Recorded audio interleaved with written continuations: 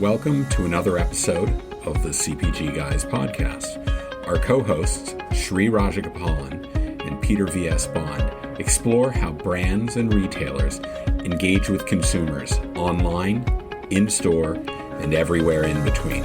And now, here are Sri and Peter. Folks, welcome back to this episode of the CPGGUYS podcast. I'm, of course, Sri, one of your aforementioned CPG guys. I'm here by myself today. Peter's not with me because we are in Los Angeles, California, at my home with a special guest. But let me remind our audience, you can find all of our content. All you got to do is go to a new, rich, feature-enabled website, CPGGUYS.com. That easy. Just go to a browser, type CPGGUYS.com. If you aren't already following us on LinkedIn, all you got to do is go to a browser, type LinkedIn.com, go to the search bar, type CPGGUYS, and then hit the blue plus button. Yeah, it looks like that. And that's follow. Thank you to our 15,000 plus followers. We hit the magic milestone just a few days ago, mid-August 2022. Without you, there is no CPGGUYS. You all tell us how to shape the show, who comes on the show, what sort of questions we should be discussing, and therefore leave us a rating and a review. How can you do that? Go to the top menu bar of our website, CPGGUYS.com. Immediate drop-down box, you can leave us a rating and a review. The rating tells us how we're doing. The review tells us whether we have the right guests and the right topics on the show. Did you know we're also partners with Next Up, formerly known as Network of Executive Women? And thank you, Sarah Alter, CPGGUYS.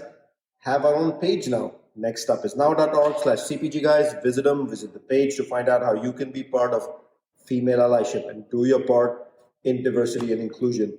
We also have a sister podcast across the pond, the FMCG Guys, where Daniel and Efrain talk to FMCG luminaries in Western Europe. So do tune in. How can you do that?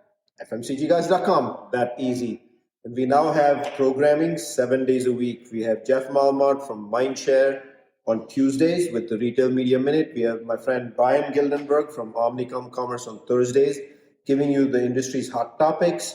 Of course, we have our own episodes 3 days of the week, and then we have Fresh 4 on Sundays. And now we have a luminary and a guest that I'm going to have a great conversation with today, and I'm looking forward to it. You all know that our podcast attracts many such guests, and I have one such one today. Let's welcome to the show the CEO and founder of CommerceIQ. Of course, Guru and I chatted a few episodes ago in a LinkedIn In the Know series, where Guru decomposed the mission of CommerceIQ and why they bought eFundamentals as part of their portfolio. Go back and listen to that episode. And in the digital liner notes of this podcast, you can find exactly which episode that was. And so do check it out and you'll understand the whole mission. And if you're a brand, give them a call. Get to know what CommerceIQ is doing because they got some fun stuff going, folks. But that is the very nature of this episode. Welcome to the show, Guru. Thank you. Thanks for having me. Humbled to be here. Thanks, man. Thanks for joining me. Thanks for joining me in person in Los Angeles. Yeah. Peter and I don't get to do a whole lot of episodes in person. I knew you were coming to grocery shop. I was thinking maybe that's why we'll record it. But hey, we beat maybe we'll record some more content. It's all about over-delivering. Yeah, we'll record some more fun content with Peter too as well over there, right? Yeah. So why don't we kick off this episode? Before I do that, give us the 30-second overview of your role as the leader of CommerceIQ. And what is the motivation factor you give to your team? And if someone wanted to get in touch with y'all, what's the best way for them to do it? My role is very simple. I'm the chief helper in CommerceIQ. I try to remove roadblocks, but I'm the founder of CommerceIQ. Started the company about 3.5 years ago. We are the fastest growing and the highest valued company and the most capitalized company at this point in the market. We've raised a little over $200 million in the last 9 months. All of that is going behind building the world's most advanced software platform for enterprise brands to operate retail e-commerce. If you want to reach me, it's very simple, guru@commerceiq.ai. And if someone just gets curious, they want to find out what value proposition a CommerceIQ can provide for a particular brand, do they ping you? Do they ping somebody else? Do they go to the website? What do they do? Simply going to CommerceIQ.ai or talk to one of our 4,000 customers out there who are using our products day in and day out, and is being talked about in almost in many of your forums that you're a part of. Word of mouth is a very important piece that we focus on, which is we realize that our ability to serve our customers is our biggest marketing machine, and hence most of our focus is behind building great products and serving our customers really well. So talk to somebody who's using it.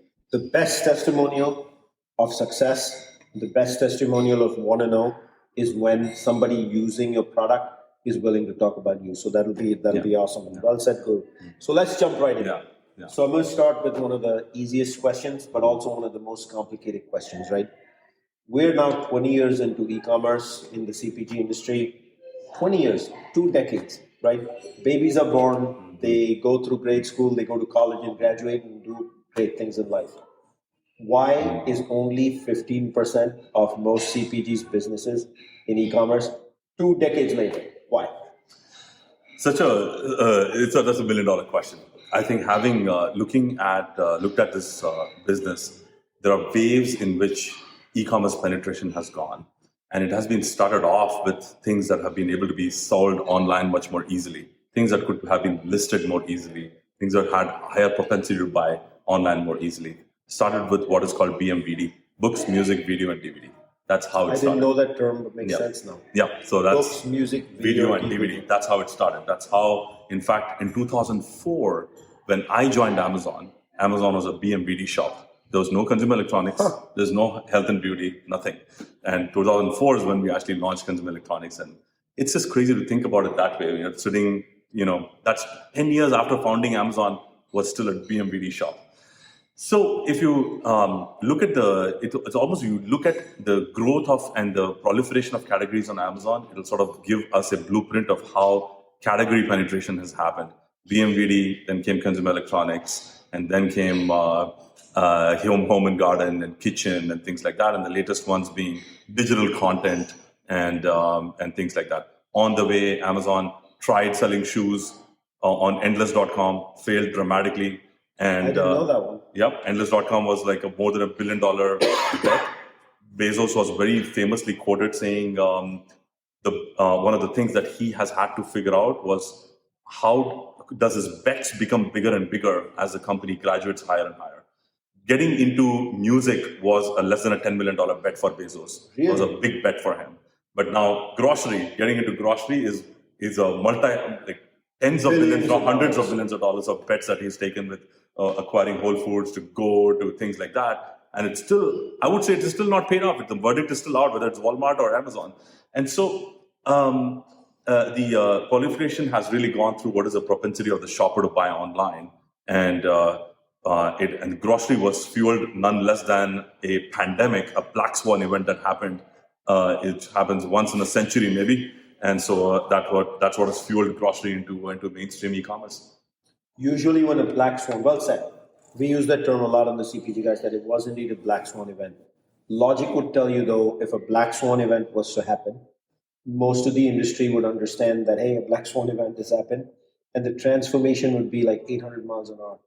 Why is the transformation not 800 miles an hour? I think the transformation, if you look at the shopper behavior, it is leading in that it has been very high, which is the online penetration of total e-commerce it took about 10 years of growth in just 1 year, and it plateaued out at about 8 years growth, right? It has stayed over there. It has not come down. People have not gotten back to saying, I'm not going to shop on Instacart, but I'm going to go back to the same number of store visits that I needed to make.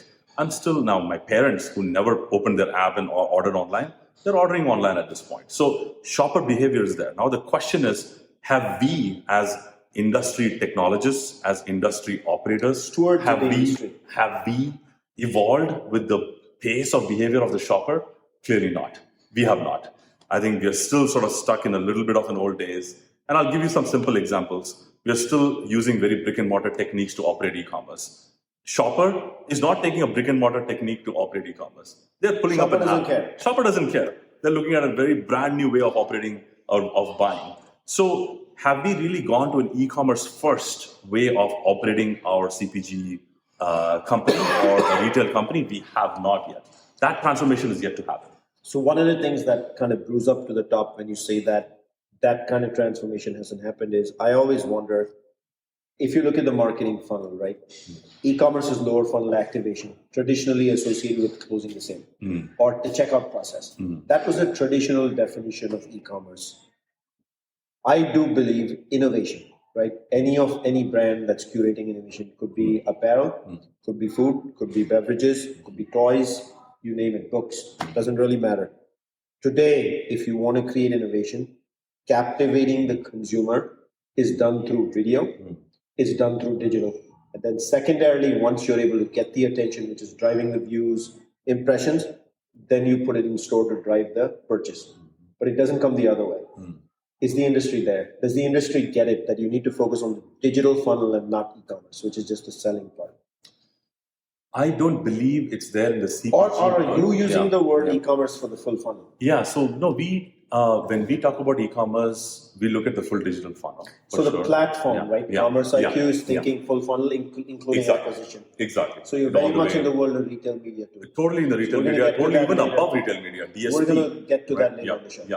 So like all the way from DSP to down to retail media, down to activation and down to purchases, we are there. However, coming back to sort of the operations of e-commerce today, one of the things that's quite a smart thing to do would be to look at what has happened in the previous generation or the categories that have been leading. CPG is like the laggard in terms of e-commerce penetration, not in terms of innovation, but e-commerce penetration. But if you look at, say, consumer electronics, if you look at home and media, home garden and stuff, the amount of innovation that has happened, the amount of sophistication that has been built in terms of whether it be online-only assortment, things like think Anchor and HDMI cables that were online only, which were born over there, digitally native that was born over there. Those sort of things are a lot more common in the consumer electronics sector as opposed to, say, food and beverages at this point. That's just to show an example that there are industries which are way further ahead when it comes to e-commerce penetration. There are probably some best practices worth picking up from there and sort of deploying in our space. How cool is that? So we're going to get to those best practices as well, right? Another thing that immediately comes to my mind, one of the hottest words in the industry today is retail media. Like every retailer is now realized that they need to be in the retail media business. Most people mistake that knee-jerk, judgy as, it's a P&L play, they can make money, that's why they're in. Retailers are getting into retail media because it's the upper funnel activation, and they have millions of consumers on their website. What's your viewpoint on retail media? Is it a must-do for retailers? What are you seeing in the marketplace? Retail media roughly is about, by the year 2026, we believe in our sort of internal judgment calls and which is driving our investment thesis. Is going to be about a $1.3 trillion enterprise value market. Holy smokes. Yes. Where is it now? It's right now about, say, $200 billion in terms of... what is your number one advice there? Yeah, so I think the number one advice... 7x, man. It is going to be 7xing in the next 3 to 4 years. And that where the value is going to be created, majority of that value, out of that 1.3 trillion, 800 billion of that enterprise value is going to be created in retailers, which is Amazon, Walmart, Instacart, Kroger, your D2C website, whatever, you name it. Do you see a lot of the super regional players doing the same? Why not? Because they got the audience. We think retail media is not just going to be retail media, it's going to be commerce media. When I'm walking into a grocery store in a corner store in New York, Manhattan, when I'm walking into a quote-unquote Kinara store in India, there will be DSP displays over there, which will be a prime property for a General Mills or a Kellogg's to a smaller brand to go and get in front of the customer, where they are going to be buying the product. The challenge that we haven't solved, but it is just a matter of time that will be solved, is how do I convert that and attribute that to a purchase? The moment that starts to get demystified a little bit, retail media is going to explode into something called commerce media, which is going to be all of these brick and mortar in a very omni-channel sense, getting the foot traffic also to look at digital media, which we call retail media today, which is very, very much fixed to like e-commerce, but it's going to be very much an omni-channel story as we go forward. So let's take up on a very emotional topic for marketers, right? I'm going to purposely say emotional topic. I have no problem saying it because when I talk to marketers in the industry, they get emotional over this. And that is media is traditionally upper funnel and things like TV, right? Attention span for TV is pretty much evaporated for most human beings these days. Live TV. It's all streaming TV these days. Yes, there's some live TV, like the Super Bowl is always going to have a large audience, right? do you see, as you say, 2026, 1.3 trillion, that money investment has to come from somewhere? It's going to come from other static forms of media. For the marketer, that's an emotional giveaway. Like, it's hard to part with because that's what they've been trained on. Business school said, put it on over the air TV, OTT. Now we're saying, put it on retail media. That's traditionally a sales passion. If you're a marketer, Guru, what do? I would go back to first principles, very frankly speaking, to just when you're creating your 2 to 3 year plan. Of course, you cannot go to first principles operating a quarterly P&L, but I'm looking at a 3 year horizon. Why not, Guru? Quarterly P&Ls are tied to responsibilities that you have to make sure that your media investments for this quarter is going to be generating Well, let's discuss that. Let's discuss that a little bit, right? Yeah. All of a sudden now, in the same funnel, right? The funnel narrows down at the bottom where you get to sell, right? No mistake. I'm making no mistake, correct? On that one? No, you're there. All of a sudden now, if you can take $1 of media that you were putting on TV, I'm just picking on TV, but it could be other, it could even be many digital generic campaigns that are run today. And you can put it on a retail website where you know you have the shopper coming there and you're really fighting search to get him to close the sale. Your ROI is always going to be so much better. Why would you do it? It is still anecdotal. The thing which the industry has not solved, and I'm so proud to say we have made great inroads and we're solving for, is what is the true incrementality attribution? What is the attribution of that media spend to sales? It is not ROAS. It is not even share of voice. It is, did I get an extra sale? Extra unit of sale, extra dollar of sale because of that investment that I made.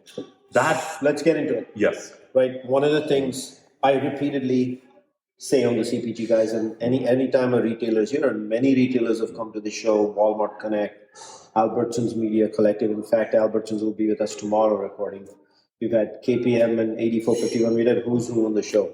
The first question I always ask them is, look, as a selling engine, most brands already are in investment models with retailers to get the sale from the shelf.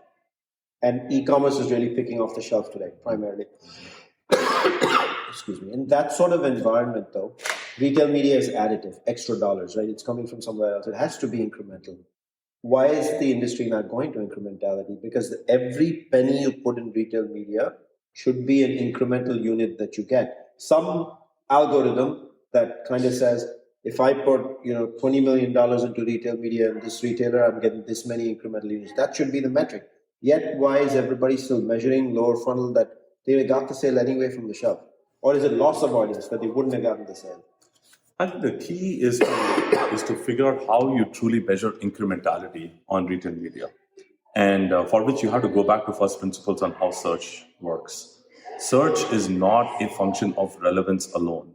Search is a function of relevance and profitability. In fact, Amazon search algorithm, for the geeks out there, is a function of relevance and contribution profit of the trailing 1,000 impressions. Sorry to lose you right there. But I want you to do that slowly. Okay. And I want you to decompose that. This is a big one. You're dropping a knowledge bomb. Yeah. So drop it slowly. Yeah. Okay. So when you think about when you are an engineer, when we were engineers writing code for Amazon Thanks search. for sharing that, by the way. Yeah. So searching, like how do we, when you have tens of thousands of SKUs that could be potentially matched to a particular search term, how do I make sure that I'm putting the right ones up there? Well, you might say, why don't you do what Google did? Relevance. Like, is this the content? Keywords, title, bullets, description, break it down into... Yeah.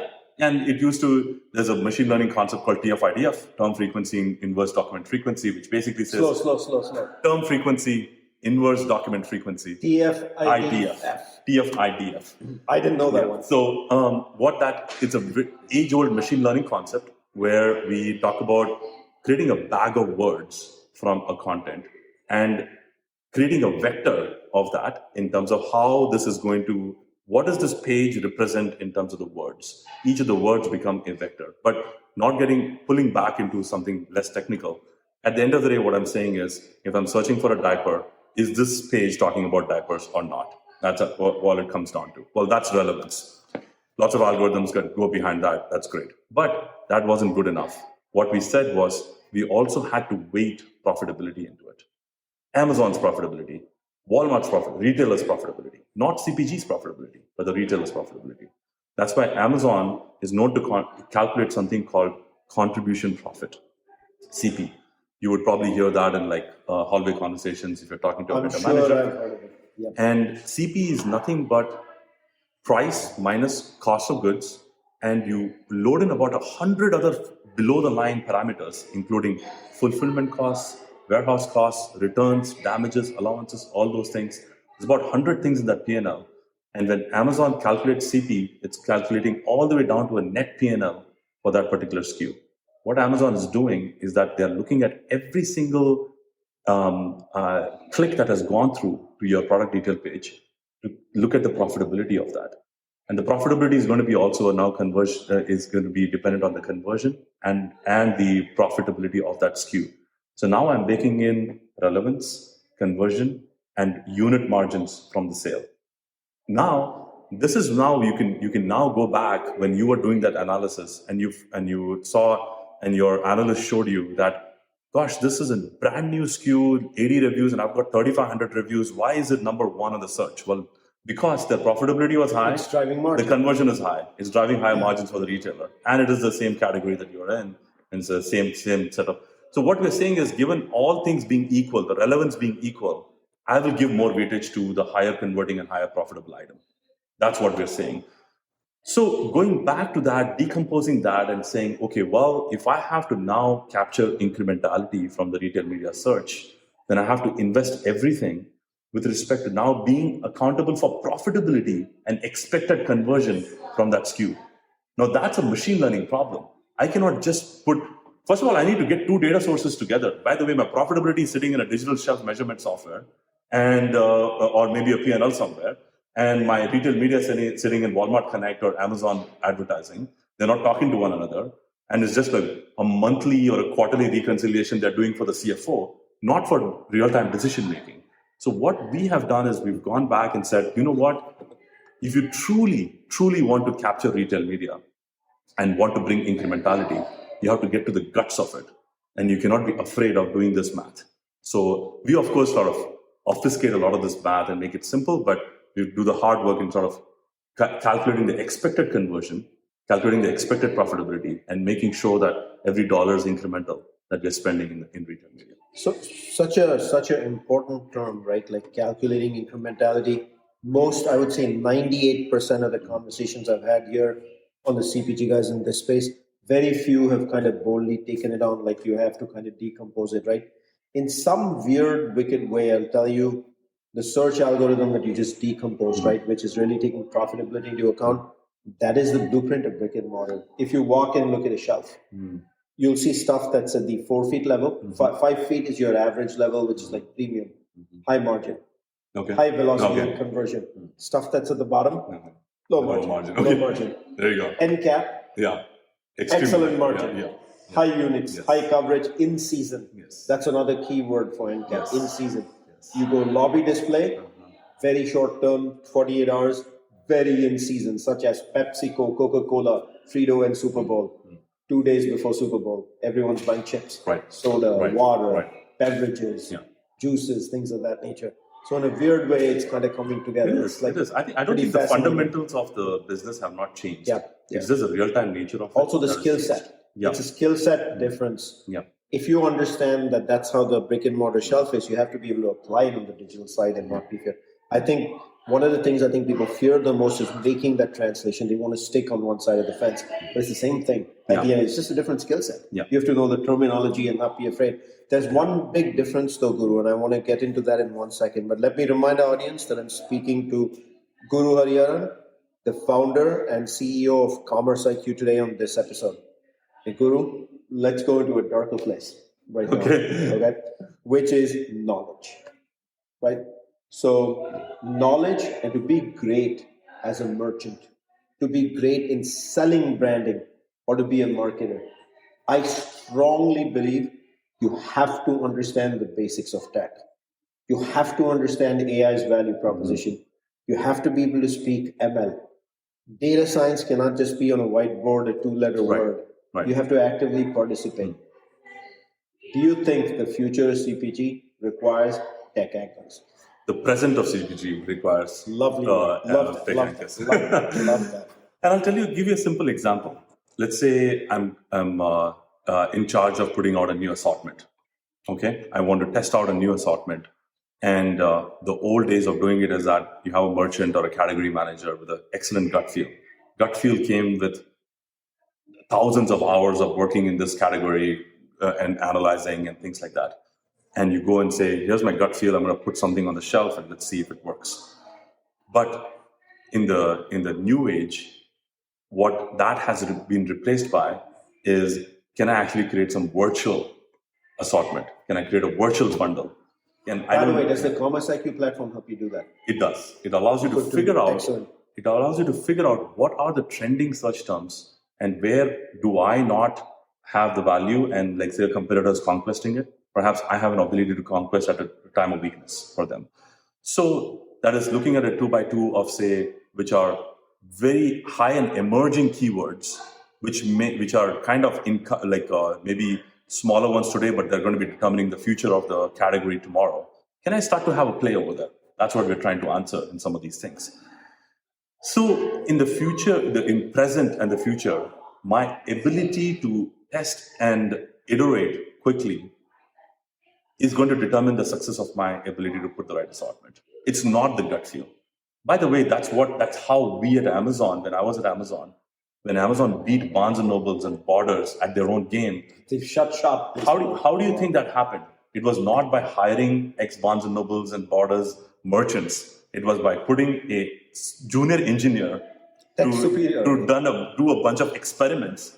And just the sheer number of experiments, I was able to pull up 10,000 hours of what a merchant would have gotten and knowledge of within minutes by doing experiments. In record time. That's the power of the iteration, the speed of iteration of how every single minute is a JVP. If I can get to that, then I can pick up the gut feel of a category manager who has developed over 50 years of being in the industry within 2 hours. What's the future of JVPs? JVPs every minute. If you're not doing JVP every minute, you're living in 2019. Tell us, what is JVP every minute? JVP every minute. Real-time JVP. Yeah, real-time JVP. I'll give you a simple example. I went to do a price war. Okay. I have a lot of units left. My ROAS is looking awesome. Does it make sense to spend money on it? Absolutely not.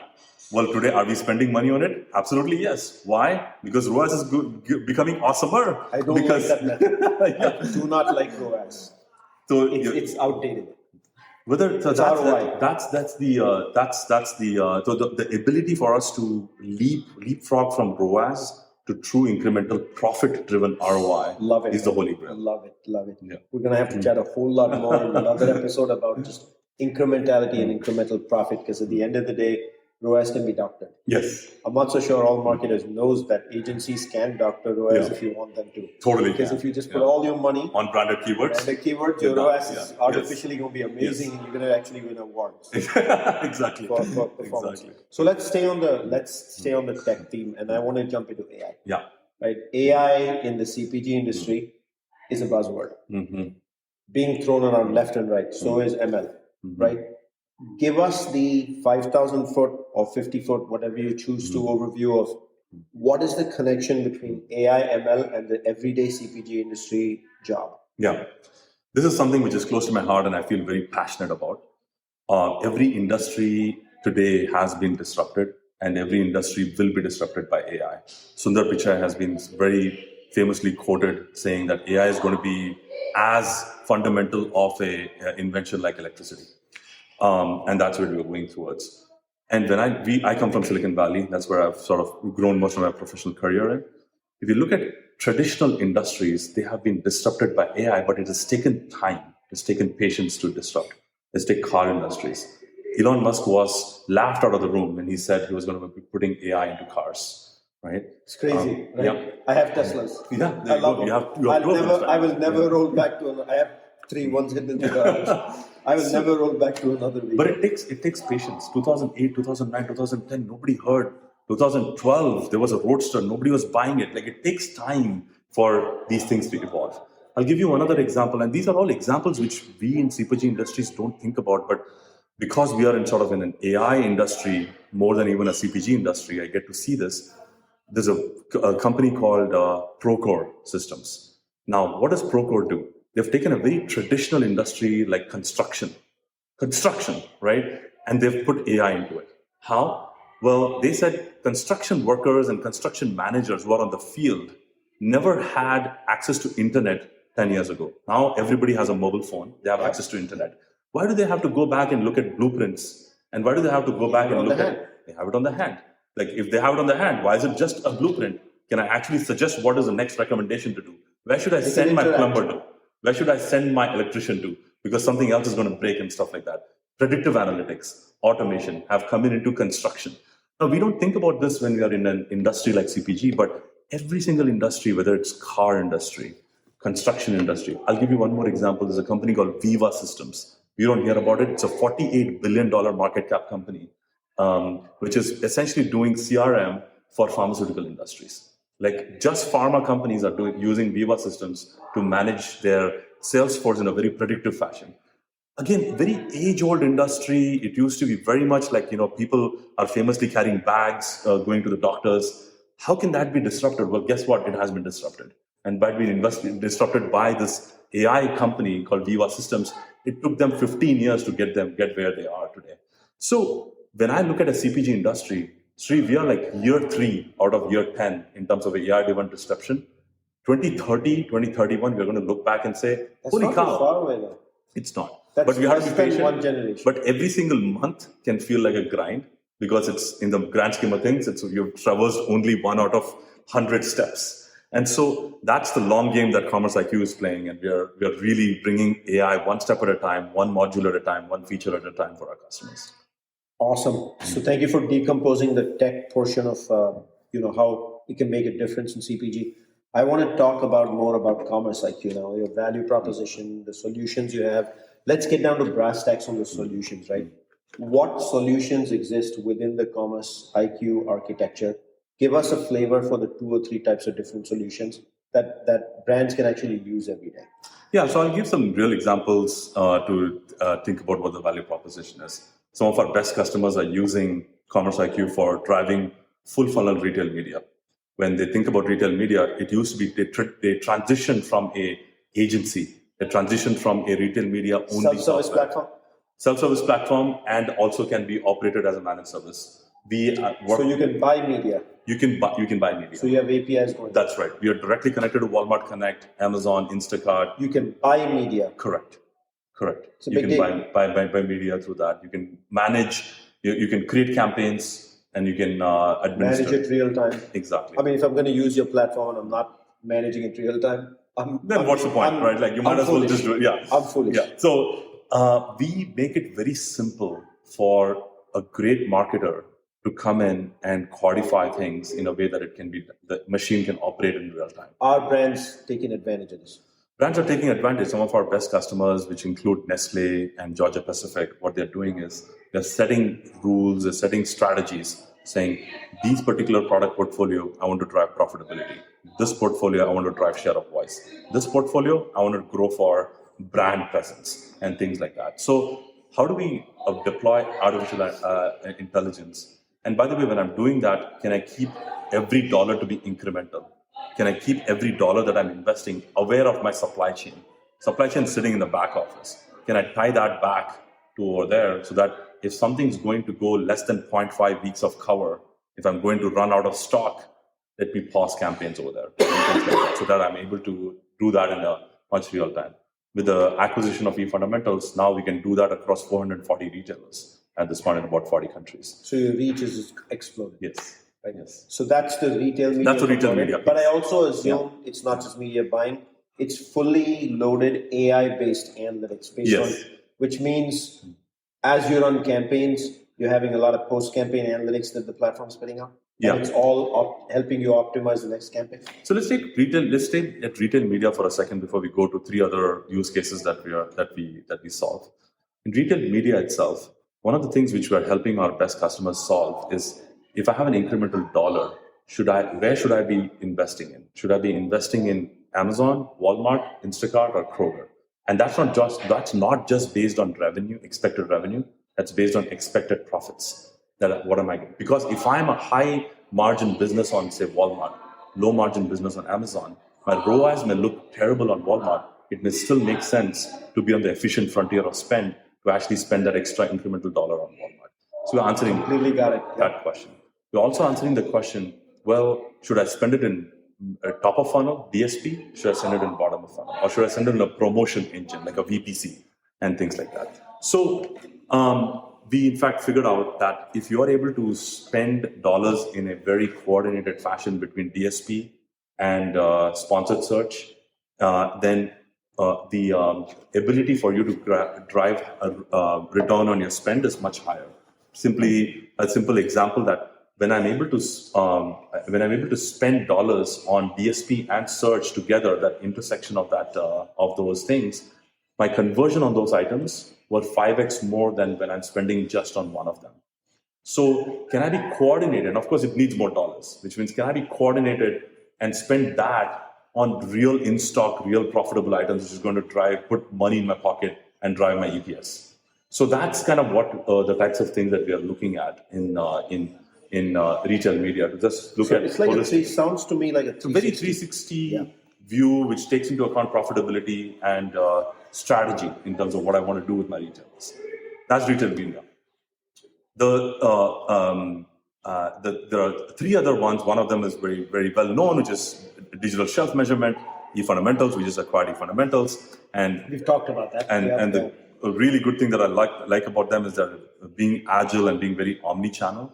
They have coverage on 45 plus apps. They are doing omni-channel store level. Like I can tell you what is the on-shelf availability at a store level and a depot warehouse level for Walmart, for instance, and things like that. So it's a very sophisticated software that can be deployed. A company like Mars, for instance, has deployed it worldwide, using it in about 40 countries today to manage the digital shelf. The other ones comes in OTIFs and revenue recovery, shortages. So shortages has become an extremely overnight problem for brands. During COVID. Why? Because we started to see supply chain problems. Supply chain problems are here to stay for the next 3 to 5 years, at least. I would argue longer. Maybe even longer. It's probably changing the world. There's a permanent change in supply. Probably the way to think about supply, like commodities, ingredients, like it's permanently disrupted at this point. And what that is doing is a retailer like Amazon, especially with, say, when they're coming into this new recessionary environment, they have a bigger magnifying lens on profitability. And when they look at it, rightfully so, because it's a low margin. Retail's always been a low margin business. And when they look at a brand starting to not fulfill a purchase order, for whatever reason, they would go and do a chargeback. Now, it may be because they haven't fulfilled it because it was a wrong case quantity, it was a wrong price. Like you negotiated with Amazon for $35, but they cut a PO for $41. That happens. You told them that it's a case of a 12 case, and they sent you a case for 20. Well, I don't have a 20 case item. Yeah, it doesn't exist. It doesn't exist. Yeah. So of course I'm going to reject it, right? But Amazon gives a fine and a chargeback. So what we have seen is because this entire system has been built up to have 3 or 4 or maybe 10 purchase orders in a quarter. And now Amazon and Walmart and like a DoorDash, these guys are sending you tens of purchase orders in a week. The finance team's ability to go back and correct the root cause is non-existent. Now you're still deploying the same human resources to look at it column by column, row by row, and audit about 100,000 items. What a menial job for an Ivy League MBA. Like, you're going to have an attrition over there and he's not going to do a good job either. Of course. This is a machine problem. It's not a human problem. So what we have done is we've said, we're going to dispute 100% of all the claims that come in, and we're going to dispute it with the root cause. And we go and correct the root cause. There's a company which does top 5 CPGs, a top 10 CPG that does about $300 million on Amazon. They used to have $30 million in chargebacks, 10%. On that, 15 million out of that, 50%, 15 million of that was erroneous. Good grief. So that is not just revenue back that's profitable. It's driving all the way drop to the profit. I feel for the chief customer officer. So that's like, can you deploy? Yeah. How can you bring that profit back? So that's like the third use case. That was third, but you said there were 4. The fourth use case is sales automations.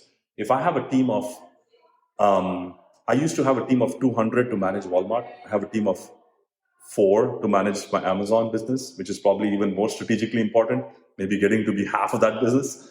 I'm running out of talent. How do I manage my digital shelf on Amazon, Instacart, Walmart.com, Kroger.com, all these .coms that I'm going and forget about, not to mention apps. Like, how do I manage and do and all these in an automated fashion? What we have created, Sri, is almost like I go back. My son is a Marvel fan. We look at Iron Man. And the beauty of Iron Man is that you can put a machine on an average human being, and that becomes a superhero. Bionic. Yeah, yes, bionic. So it's almost like a bionic, but for the CPG salesperson that we have created, where you can hire a good salesperson, but you put a CommerceIQ armor around them. They now have the ability to. It does the job for you. You just set the rules, you set the strategies, and it just goes and automates the heck out of this and fixes things like lost buy box, erroneous out of stocks, chargebacks and disputes, 3P variations, or say my twisters on my page. If I'm getting dropped off, can I get my content reconciled and things like that? All that thing doesn't need to be manual. It can be automated. So that's the power of automation. So overall, retail media, digital shelf, chargebacks, and sales automations. Those are the four modules that we have. Thank you for the crystal clear clarity. Thank you for chatting with me about tech, automation, CPG industry. You can tell I had a lot of fun on this episode too. Let me remind our audience that you can find all of our content simply going to a browser, typing cpgguys.com. We do want to share with you that November will be Women's Month on the CPG Guys, which means all our episodes will feature diverse female leaders across the industry, large brands, small brands, retailers, startups. We'll be having engaging conversations with all of them. The CPG Guys are also committed to partnering with Susan G. Komen. So there is a partnership we'll be having, and we hope you'll also participate in that so that we can get matching programs to give to Susan G. Komen as well. Much more to come on that on future episodes of the CPG Guys. Let me thank Guru Hariharan, the CEO and founder of CommerceIQ, for an engaging conversation today. That was awesome, man. Thanks for joining me. Thank you, Sri. That too in person. Yeah, absolutely. Well, best to do it this way. It's a wrap for this episode, and we'll see you soon on another episode of the CPG Guys.